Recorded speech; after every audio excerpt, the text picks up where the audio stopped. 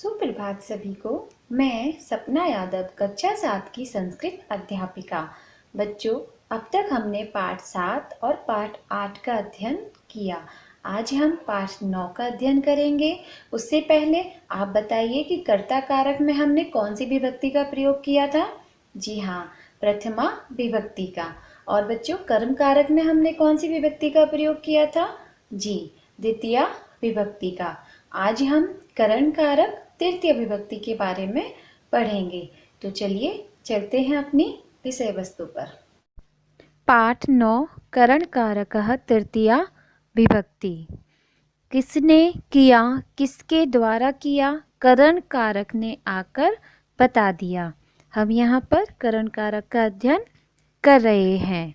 तो बच्चों, जिस साधन के द्वारा कार्य किया जाता है, कर्ता द्वारा जिस साधन के द्वारा कार्य किया जाता है उसमें करण कारक होता है, अर्थात उसे करण कारक कहते हैं। बच्चों, करण कारक में तृतीया विभक्ति का प्रयोग होता है, जिसका चिन्ह होता है से या के द्वारा। वाक्य का जब हिंदी में अनुवाद करेंगे तो उसमें आपको से या के द्वारा दिखाई देगा। जैसे त्वम हस्तेन लिखसी, तुम हाथ से लिखती हो। अब यहाँ पर से शब्द है और से पहले हाथ है, तो हाथ में हम तृतीया विभक्ति का प्रयोग करेंगे। से या के द्वारा के पहले जो भी शब्द हैं उन सभी में हम तृतीय विभक्ति का प्रयोग करेंगे। यहाँ लिखने का साधन हाथ है और हाथ एक वचन है, एक हाथ से लिखते हैं तो हाथ में तृतीय विभक्ति का प्रयोग किया गया है।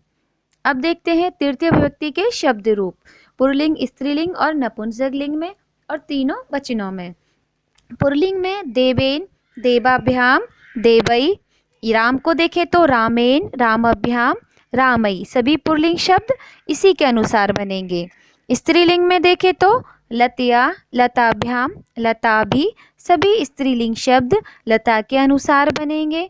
नपुंसकलिंग में देखें तो फलेन, फलाभ्याम, फलई। सभी नपुंसकलिंग शब्द फल के समान ही बनेंगे। बच्चों, वाक्य में प्रयोग करते समय हमें वाक्य में शब्द देखना है कि वह एक वचन का है या द्विवचन का है या बहुवचन का है और किस लिंग का है, तभी हमें वहाँ पर तृतीय व्यक्ति के शब्द रूप का प्रयोग करना है। अब देखते हैं अपनी पाठ्य पुस्तक के कुछ उदाहरण।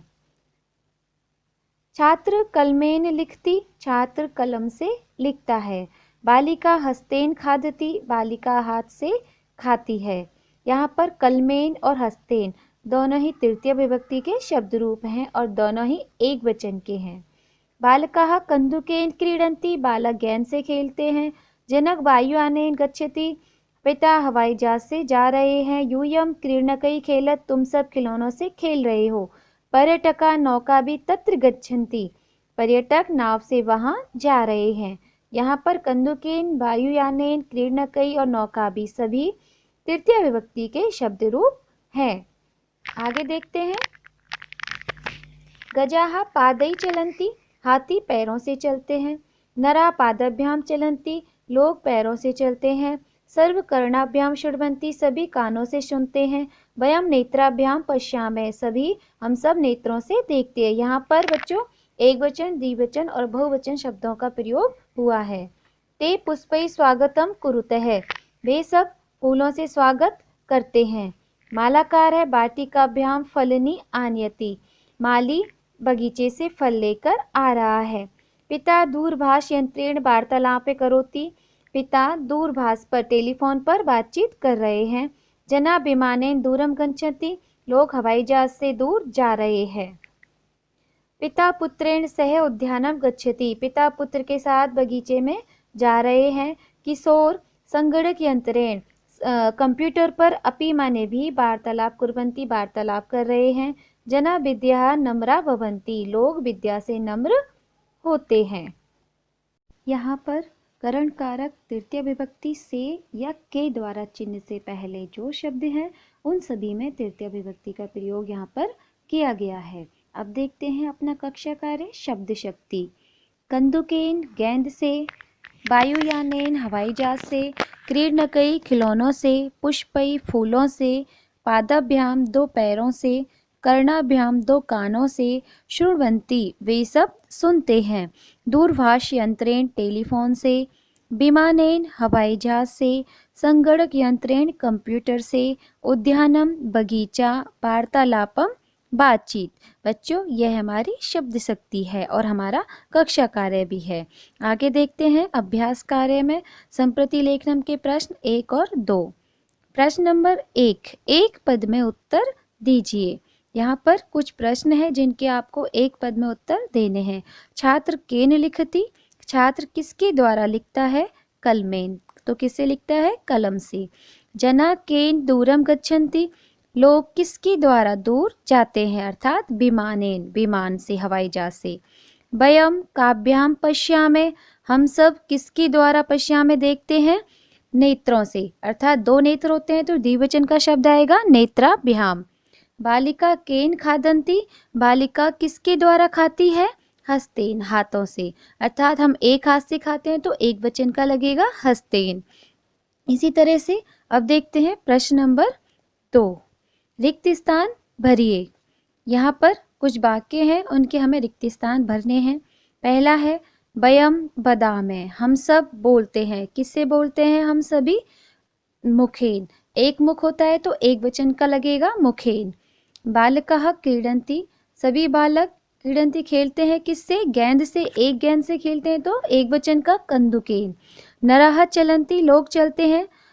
अब यहाँ पादाभ्याम, क्योंकि दो पैर होते हैं सभी के तो द्विवचन का शब्द है पादाभ्याम। कृषकाः क्षेत्राणि सिंचन्ति, किसान खेतों को सींचते हैं। तो जल, जल हमेशा एक वचन में होता है तो जलेन क्षेत्राणि सिंचन्ति। सर्वे जनाः पश्यन्ति, सभी लोग देखते हैं। किससे देखते हैं? आँखों से। यहाँ पर नेत्र भी दो होते हैं इसलिए द्विवचन का शब्द है नेत्राभ्याम। अब देखते हैं गृह कार्य, भाषा बोधनम के प्रश्न 1, 2 और 3। प्रश्न 1, शब्दों का अर्थों से मिलान कीजिए। यहाँ कुछ शब्द हैं और उनके सामने अर्थ हैं तो आपको उनका उचित अर्थ लिखना है। पहला है कंदुकेन, कंदुकेन का उचित अर्थ होता है गेंद से। पुष्पई, पुष्पई का उचित अर्थ होता है फूलों से। कर्णाभ्याम का उचित अर्थ है दो कानों से। दूरभाष यंत्रेण का उचित अर्थ है टेलीफोन से। और विमानेन का उचित अर्थ है हवाई जहाज से। तो आपको इन शब्दों के सामने उनके उचित अर्थ ही उत्तर में लिखने हैं। अब देखते हैं प्रश्न नंबर 2, संस्कृत में अनुवाद कीजिए। यहाँ कुछ वाक्य हैं हिंदी में जिनका हमें संस्कृत में अनुवाद करना है। पहला है वह कलम से लिखते हैं। अब यहाँ पर वह के लिए ते, क्योंकि लिखते हैं, है जो है वो बहुवचन का शब्द है तो ते। कलम से कलमेन, लिखते हैं लिखन्ति। से शब्द से पहले जो शब्द है उसमें हम क्या लगाएंगे? तृतीया विभक्ति। बच्चा खिलौनों से खेलता है, बच्चे के लिए बाल है। खिलौना बहुवचन का शब्द है और से पहले खिलौना है तो खिलौनों में तृतीय विभक्ति क्रीडनकई, खेलता है क्रीडति। सूर्य से प्रकाश होता है तो सूर्य से तो सूर्येण, प्रकाशः होता है भवति। वे सब मित्र के साथ खेलते हैं, वे सब के लिए ते, मित्र के साथ मित्रेण सह खेलन्ति। अब देखते हैं बच्चों प्रश्न नंबर 3, निम्नलिखित शब्दों के तृतीय विभक्ति के रूप लिखिए। यहाँ पर कुछ शब्द हैं उनके हमें तीनों वचनों के रूप लिखने हैं। बालक, बालक का एक वचन होगा बालकेन, द्विवचन बालकाभ्याम और बहुवचन बालकई। फल का फलेन, फलाभ्याम फलई। लता का होगा क्योंकि स्त्रीलिंग है तो लतया, लताभ्याम लताभि। कथा, कथा भी स्त्रीलिंग है क्योंकि इसके अंत में आ की मात्रा है। जितने भी शब्द हैं जिनके अंत में आ आता है वो स्त्रीलिंग के होते हैं। कथिया, कथाभ्याम कथा भी। तो इस तरह से यहाँ पर बालक पुल्लिंग, फल नपुंसकलिंग, लता और कथा स्त्रीलिंग के तृतीय विभक्ति के शब्द रूप हमने यहाँ पर देखे। जितने भी वाक्य में हम तृतीय विभक्ति का प्रयोग करते हैं तो उनमें हम लिंगों को देखेंगे और वचनों को देखेंगे कि वह एक वचन का है, द्विवचन का है या बहुवचन का है।